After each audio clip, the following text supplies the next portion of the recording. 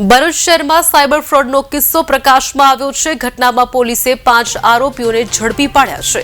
કેસમાં આરોપીઓએ બેમંજૂરોના બેંક ખાતાનો ઉપયોગ કરીને 28.20 લાખ રૂપિયાની ઠગાઈ આચરી હતી। હાલ સમગ્ર મામલે પોલીસે કાયદેસરની કાર્યવાહી હાથ ધરી છે। ભરૂચ શહેર સી ડિવિઝન પોલીસ સ્ટેશનના પીઆઈ શ્રી ભરવાડ અને એમની ટીમે સાયબર ક્રાઇમના ગુના આચરતી એક ટોળકીને પકડેલ છે। આમાં વિગત એવી છે કે ભરૂચમાં એક બિલ્ડિંગ કન્સ્ટ્રક્શનની કંપનીમાં 2 મજૂરો કામ કરે છે।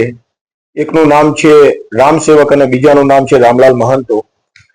2 દિવસ અગાઉ અહીંયા ભરૂચ શહેર સી ડિવિઝન પોલીસ સ્ટેશને આવેલા અને બંને મજૂરોએ એવી પોતાની એક ફરિયાદ જાહેર કરેલી અરજીના રૂપમાં કે એમના એસબીઆઈ અને બેંક ઓફ બરોડા ભરૂચની શાખામાં 2 એકાઉન્ટ આવેલા છે અને એ બંને એકાઉન્ટ બ્લોક થઈ ગયેલા છે। એથી ભરૂચ શહેરના પીઆઈ શ્રી ભરવાડના માર્ગદર્શન હેઠળ ભરૂચ પોલીસે ખાતરી તપાસ કરી કે ભાઈ આ શાના માટે આમના ખાતા બ્લોક થયેલા છે। તો એમને જાણવા મળેલું કે મહારાષ્ટ્રના થાણેના નવપાડા પોલીસ સ્ટેશનમાં એક સાયબર ક્રાઇમનો 5 કરોડથી વધુ રકમ ફ્રોડ થવા બાબતનો ગુનો દાખલ થયેલો છે અને ગુનાની તપાસના ભાગરૂપે આ 2 ખાતા ક્લોઝ કરવામાં આવેલા હતા।